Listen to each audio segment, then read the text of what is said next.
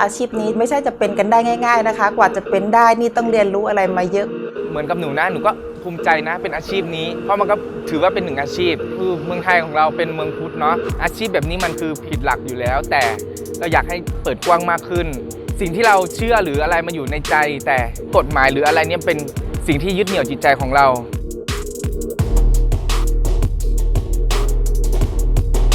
อยากจะพูดว่าอยากให้การค้าประเวณีเนี่ยไม่ผิดกฎหมายคือไม่ผิดกฎหมายกับถูกกฎหมายมันไม่เหมือนกันเท่าไหร่ถูกกฎหมายมันก็มีกฎหมายอีกฉบับหนึ่งมาบอกว่าอนุญาตให้ค้าประเวณีได้แต่ต้องทำอีก20อย่างเขาคงไม่เอานะแต่ถ้าเผื่อว่าการค้าประเวณีไม่ผิดกฎหมายก็คือใครที่เกี่ยวข้องทั้งผู้ซื้อผู้ขายก็ไม่ผิดทั้งนั้นก็คิดว่าเห็นด้วยนะคะเวลาลูกค้าไม่จ่ายค่าตัวหรือว่าโดนลูกค้าทำร้ายลูกค้าไม่ใส่ถุงอะไรอย่างเงี้ยเวลาเราไม่ยอมอย่างเงี้ยเราก็ไปแจ้งความไม่ได้เพราะว่าเวลาเราจะไปแจ้งความตำรวจก็จะบอกว่าเราทำงานผิดกฎหมายทุกวันนี้ลูกค้ามักง่ายขึ้นกว่าเดิมเวลาไปดื่มอย่างเงี้ยเขาก็ใส่สารพวกกระตุ้นเรื่องเซ็กแขนขาหมดเรี่ยวแรงขโมยเงินเรามาจ่ายค่าตัวเราก็มีฝรั่งบางคนก็ปิดยาแล้วแบบพอนั่นถึงเช้ามาปุ๊บก็ไม่ได้ตังค์ก็โดนตีก็เจ็บตัวเปล่าอีกไม่ได้เงินอีกไปแจ้งตำรวจก็โดนจับทั้งสองโดนปรับทั้งสองเหมือนกฎหมายคุ้มครองเพื่อเอาเงินอย่างเดียวส่วนมากไม่ได้ให้ความเป็นธรรมอะค่ะถ้าเป็นสาวประเภท2ปุ๊บตำรวจจะขู่เลยพวกมึงมานี่สิมึงบอกกูมาสิจะตบจะตีจะขู่แบบว่าทำร้ายร่างกายเราอย่างเดียวมันเป็นผิดกฎหมายจริงแต่เขาจะคิดในทางที่ผิดเขาคิดว่าอาชีพเหล่านี้เพศเหล่านี้ทำงานแบบไม่สุจริตด้วยเหมือนกับเราจะไปเอาของแขกหรืออะไรอย่างนี้เพราะทั้งที่บางคนอ่ะเขามีจิตใจดีทัศนคติของผู้ชายเนี่ยก็คือส่วนใหญ่ของสังคมปัญหาว่ารัฐบาลมีแต่ผู้ชายทั้งนั้นผู้ค้าประเวณีหลายคนที่มาเล่าให้ฟังว่ากลางวันเขาร่างกฎหมายพอกลางคืนเขาก็มานั่งซื้อดริงก์ให้แล้วก็เรียกตัวเองว่าป๋าอะไรอย่างนี้อันนี้เป็นทัศนคติของคนที่มองเห็นคนอื่นหรืออาชีพอื่นที่ไม่เท่าเทียมกับตัวเองคนหนึ่งมาซื้ออีกคนหนึ่งขายเนี่ยคนซื้อกับไม่ผิดคนขายกับผิดปัญหาหลักๆก็คือความรุนแรงที่เกิดขึ้นการจับของเจ้าหน้าที่ก็เป็นความรุนแรงอย่างหนึ่งเขาเข้ามาปราบปรามถือปืนเข้ามาวิ่งหนีไม่ได้ด้วยแก้ผ้าอยู่อันนี้เป็นความรุนแรงที่เกิดจากกฎหมายแล้วก็เกิดจากเจ้าหน้าที่อันที่สองก็ความรุนแรงที่เกิดจากลูกค้าเราก็ไม่สามารถที่จะเลือกได้ว่าเราจะไปกับใครไม่ไปกับใครลูกค้าอาจจะแบบดูหน้าตาดีแต่ว่าจิตใจเขาอาจจะไม่ดีอะไรอย่างเงี้ย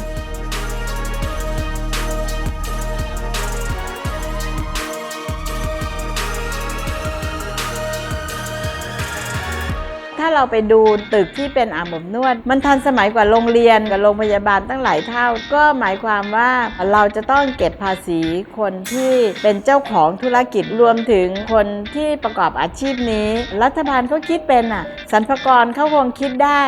ว่าซื้อเรือดำน้ำก็ได้ซื้อเครื่องบินก็ได้ซื้อที่ตรวจ GX 200นั่นน่ะก็ได้นะเราไม่เคยจับคนที่ได้ผลประโยชน์หรือเป็นเจ้าของได้เลยจะจับได้แต่ผู้ค้าประเวณีเป็นหลักฐานเพราะฉะนั้นถ้าเราสำรวจดูทุกคนมีเซ็กหมดทั้งโลกนี้ไม่ว่าจะนับถือศาสนาอะไรอาชีพอะไรหรือเป็นเพศไหนก็ตามเพศหญิงเพศชายหรือหลากหลายทางเพศก็มีเซ็กทั้งนั้นแต่ว่าถ้าเมื่อไหร่รับเงินก็มีความผิดก็มีหลายประเทศที่เขาทำให้การค้าประเวณีไม่ผิดกฎหมายแล้วมันก็มีผลให้ความเป็นมนุษย์เนี่ยเท่าเทียมกันทำให้การประกอบอาชีพไม่ถูกรังแกไม่ถูกความรุนแรงก็จะได้มีสวัสดิการก็อยากให้มีกฎหมายรองรับของเราในการทำงานมีมาตรการเข้มงวดสำหรับลูกค้าที่จะมาเที่ยวอะไรอย่างเงี้ยค่ะอยากให้มีประกันสังคมเหมือนกันเพราะว่างานนี้มีความเสี่ยงสูงกว่างานอื่นๆอีกนะคะมันอาจจะเป็นอาชีพที่ว่าหลายๆคนเขาดูถูกแต่สำหรับเราคิดว่าเราไม่ได้ไปฆ่าไม่ได้ไปโกงไม่ได้ไปขโมยเขาคือเราเต็มใจที่จะทำแล้วก็เขาก็ต้องจ่ายค่าเสียเวลาเราตามที่ว่าเราทำงานนะคะสำหรับหนูคิดว่าความปลอดภัยเป็นที่หนึ่งถ้าได้เงินมาเยอะๆก็เหมือนว่าหาเงินมารักษาตัวเองอย่างน้อยเรามั่นใจได้ว่าเราไปกับแขกแล้วเราจะไม่โดนทำร้ายให้ประเทศไทยคุ้มคนไทยบ้างอย่างเงี้ยถ้าถามว่าในใจอยากทำก็ไม่ได้อยากทำบางคนเขาบอกว่าไม่มีเงินก็ไปทำงานที่ดีๆกว่านี้ก็ได้ถึงจะได้รายได้น้อยแต่ก็อดทนแต่บางทีการที่คิดแบบนั้นมันก็ไม่ได้ช่วยอะไรขึ้นมาเลยเพราะว่าบางคนต่อให้อดทนทำรายได้น้อยมันก็ไม่พอใช้จ่ายในของตัวเองแล้วก็ของครอบครัว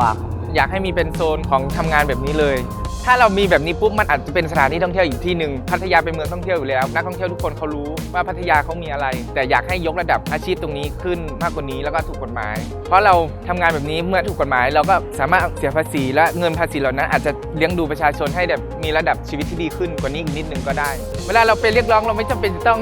ปิดหน้าหรืออะไรมันต้องเปิดเผยเพราะอยากให้ทุกคนรู้สีหน้าท่าทางการคิดการกระทำของเราว่าเป็นยังไง